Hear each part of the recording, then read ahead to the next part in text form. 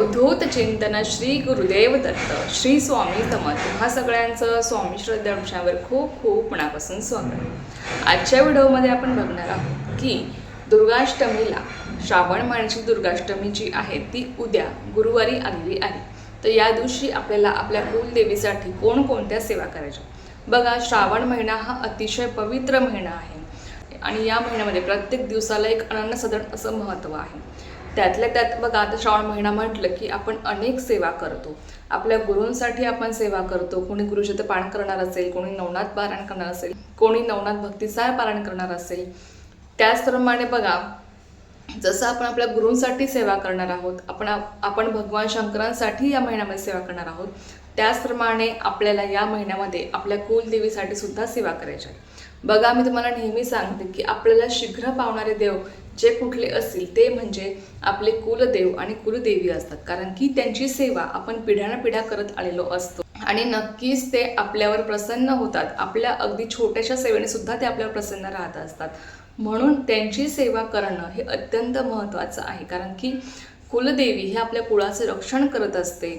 कुलदेवीचा आशीर्वाद, तिची कृपा आपल्यावर असणं हे अत्यंत महत्त्वाचं आहे। आपल्या जीवनामध्ये काही अडचणी येऊ नये, काही संकटे येऊ नये किंवा बघा अनेक प्रॉब्लेम्स आपल्याला जेव्हा येतात ना, तेव्हा त्याचं एक कारण असंही असतं की आपल्याकडनं आपल्या कुलदेवीची सेवा घडत नसते, कुलदेवाची सेवा घडत नसते। मग त्यासाठी बघा, असे विशिष्ट दिन जे असतात आपल्याकडनं एरवी रोज घडत असेल किंवा नसेल ती गोष्ट वेगळी आहे, पण जेव्हा असे विशिष्ट दिन येतात तेव्हा नक्कीच आपल्याकडनं आपल्या कुलदेवी सेवा घडते आणि त्या सेवेचं फळ आपल्याला तेवढ्याच पटीने जास्त मिळतं। आणि अर्थातच कुलदेवाचं कृपाछत्र आपल्या कुटुंबाभोवती, आपल्या भोवती कायम टिकून राहतं आणि म्हणूनच आपल्याला कुलदेवीची सेवा करणं हे अत्यंत महत्त्वाचं आहे। आता बघा, दुर्गाष्टमीला आपण आपल्या कुलदेवीची सेवा करत असतो, कारण की हा दिवस कुलदेवीच्या सेवेसाठी अत्यंत महत्त्वाचा दिवस मानला गेला। त्यातल्या त्यात श्रावण महिन्यामधली ही दुर्गाष्टमी आहे। आता ती दुर्गाष्टमी 20 ऑगस्टला गुरुवारी आलेली आहे। तर आता या दिवशी आपल्याला कोणकोणत्या सेवा करायच्या ते आपण जाणून घेऊया। सगळ्यात महत्त्वाचं म्हणजे बघा, दुर्गाष्टमीच्या दिवशी आपल्याला आपल्या कुलदेवीसाठी अत्यंत प्रभावी सेवा ती म्हणजे दुर्गा सप्तशती पारायण। या ग्रंथाचं आपल्याला पारायण करायचं आहे। आता या ग्रंथाचं पारायण आपल्याला एका बैठकीमध्ये करायचं आहे। या ग्रंथाचं पारायण करायला आपल्याला 1 ते 1.5 तास आरामशीर लागतो।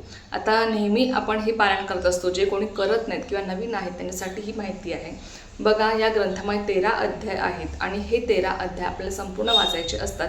अगदी आपल्याला दिव्या कवचमपासून ते आपल्याला शेवटी क्षमापान स्तोत्र अशा पद्धतीने हा संपूर्ण ग्रंथ आपल्याला वाचायचा असतो आणि हा ग्रंथ संपूर्ण वाचायला आपल्याला 1 ते 1.5 तास लागू शकतो किंवा काहींना जर नवीन असेल तर काहींना जास्तही वेळ लागू शकतो। तर आपल्याला या पद्धतीने हे पारायण करायचं आहे। आपल्या कुलदेवीसाठी अत्यंत प्रभावी ही सेवा आहे आणि नक्कीच आपल्याला ही सेवा करायची आहे। त्याचबरोबर बघा, आता ज्यांना दुर्गा सप्तशती ग्रंथाचं पारायण करणं शक्य होणार नाही कुठल्याही कारणामुळे, तर त्यांनी काय करायचं, नक्कीच आपल्याला सिद्धकुंजिका स्तोत्राचं पठण करायचं आहे।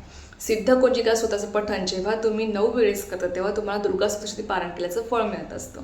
तर नक्कीच तुम्हाला सिद्धकुंजिका स्तोत्राचं 9 वेळेस पठण करायचं आहे किंवा तुम्ही 11 वेळेस सुद्धा पठण करू शकता। बघा, जेवढं जास्तीत जास्त वेळेस तुम्हाला शक्य होईल ना हे सिद्धकुंजिका स्तोत्र पठण करणं, तेवढं तुम्हाला करायचं आहे, कारण की सिद्धकुंजिका स्तोत्र हे नावातच सिद्ध आहे, तेवढंच ते प्रभावी स्तोत्र आहे। हे स्तोत्र भगवान शंकरांनी माता पार्वतीला म्हटलेलं होतं आणि म्हणूनच हे स्तोत्र अत्यंत महत्त्वाचं आहे आणि जो कोणी सिद्धकुंजिका स्तोत्राचं पठण करतो त्याला दुर्गा सप्तशती पाठ केल्याचं फळ मिळत असतं, असं या स्तोत्रासुद्धा दिलेलं आहे। तर म्हणूनच तुम्हाला 9 वेळेस किंवा 11 वेळेस तुम्हाला सिद्धकुंजिका स्तोत्र पठण करायचं, जेणेकरून तुम्हाला दुर्गा सप्तशती ग्रंथाचं पारायण केल्याचं फळ मिळेल।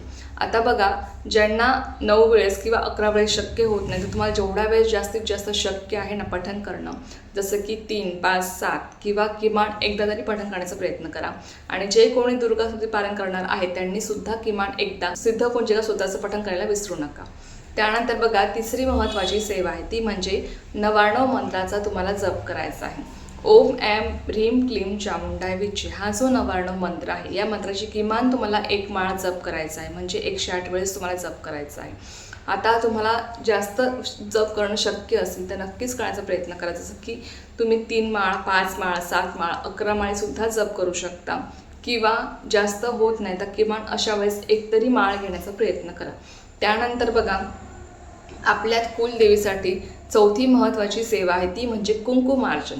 कुंकुमार्चन म्हणजे कुंकुवाने अंघोळ घालणं. कुंकुमार्चन ही अत्यंत प्रभावी सेवा आहे आणि या सेवेमुळे आपलं सौभाग्यसुद्धा वाढत असतं. कुंकवाचं आपल्याला अर्चन करायचं असतं. आता कसं करायचं बघा, तुम्ही कुंकुमार्चन हे तुम्ही श्रीयंत्रावर करू शकता. कुलदेवीचा फोटो असेल, कुलदेवीचा टाक असेल, कुलदेवीची मूर्ती असेल, माता लक्ष्मीची मूर्ती असेल तर नक्कीच तुम्ही त्यावर कुंकुमार्चन करू शकता. आता यापैकी तुमच्याकडे काही नसेल, तुम्ही सुपारी स्वरूप त्या सुपारीला तुम्ही आपली माता लक्ष्मी स्वरूप तुम्ही समजा किंवा कुलदेवी स्वरूप तुम्ही समजा, त्या सुपारीवर सुद्धा तुम्ही कुंकुमार्चन करू शकता. कुंकुमार्चन करताना तुम्हाला श्रीसुक्ताचं पठण करायचं आहे. श्रीसुक्ताचं पठण किती वेळेस करायचं तर 16 वेळेस तुम्ही पठण केलं उत्तमच असणार आहे. पण जर 16 वेळेस पठण करणं शक्य नसेल तर अशा वेळेस तुम्ही 3, 5, 7, 11 वेळेस किंवा किमान एकदा तरी श्रीसुक्ताचं पठण करत करत तुम्हाला कुंकुमार्चन करायचं आहे. बघा, लक्ष्मी प्राप्तीसाठी सुद्धा ही सेवा अत्यंत प्रभावी मानली गेली आहे. अनुभव सिद्ध ही सेवा आहे, त्यामुळे कुंकुमार्चन करणं हे अत्यंत महत्त्वाचं आहे. आता किती वेळ श्रीसुक्त म्हणावं हे तुमच्या इच्छेनुसार आहे, तुमच्या यथाशक्तीनुसार तुम्हाला ह्या सेवा करायच्या आहेत. तुम्हाला जास्त वेळेस म्हणणं शक्य नसेल तर अशा वेळेस तुम्ही किमान एकदा तरी श्रीसुक्त पठण करत करत कुंकुमार्चन करा. जेव्हा आपण श्रीसुक्ताच्या खालीची फलश्रुती आहे ती आपण पठण करतो तेव्हा आपल्याला कुंकुमार्चन करायचं नसतं, तेव्हा फक्त आपल्याला हात जोडून बसायचं आहे. तर लक्षात घ्या. आणि जर तुम्हाला 16 वेळेस श्रीसुक्त पठण करणं शक्य असेल तर नक्कीच करण्याचा प्रयत्न करा. जेव्हा तुम्ही 16 वेळेस श्रीसुक्त पठण करता तेव्हा तुम्हाला फक्त शेवटी, सगळ्यात शेवटी 16 वेळेस श्रीसुक्त पठण करून झाल्यानंतर सगळ्यात शेवटी तुम्हाला फक्त एकदा फलश्रुती पठण करायची असते आणि तुम्हाला कुंकुमार्चन करायचं असतं. फलश्रुती पठण करताना कुंकुमार्चन करायचं नाही आहे, लक्षात घ्या. फक्त आपल्याला हात जोडून बसायचं असतं. तर ही सगळ्यात महत्त्वाची माहिती आहे. आता यामधल्या तुम्हाला जेवढ्या सेवा जमतात आपल्या कुलदेवीसाठी उद्या करणं. बघा, उद्या गुरुवारसुद्धा आहे, आपल्या गुरूंसाठी सुद्धा आपण सेवा करत असतो आणि अर्थातच आपण नित्यसेवासुद्धा आपल्या गुरूंसाठी करत असतो. तर तुम्हाला जेवढ्या सेवा तुम्हाला करता येतील तेवढ्या करण्याचा प्रयत्न करा. दुर्गाष्टमीला आपल्या कुलदेवीसाठी तुम्हाला जेवढ्या सेवा करणं शक्य असेल तेवढ्या नक्कीच करण्याचा प्रयत्न करा. अर्थात आपण छोटी मोठी जी काही सेवा करतो ती जर मनापासून असेल, पूर्ण श्रद्धेने असेल, त्याचबरोबर आपले कर्म चांगले असतील तर नक्कीच आपल्याला त्या सेवेचा भरभरून फळ मिळत असतं. तर चला, ही अत्यंत छोटीशी पण खूप महत्त्वाची माहिती होती जी सोबत शेअर करायची झालेली सेवा मी स्वयंमाच्याने रुजू करते आणि आजचा व्हिडिओ तेच थांबवते. तुम्हाला ही माहिती आवडली असेल तर व्हिडिओला लाईक, शेअर, सबस्क्राईब करायला विसरू नका. पुन्हा भेटूया अशाच एका नवीन व्हिडिओसोबत किंवा नवीन विषयासोबत. तो पण सर्वांना श्री स्वामी समर्थ. जय जय स्वामी समर्थ.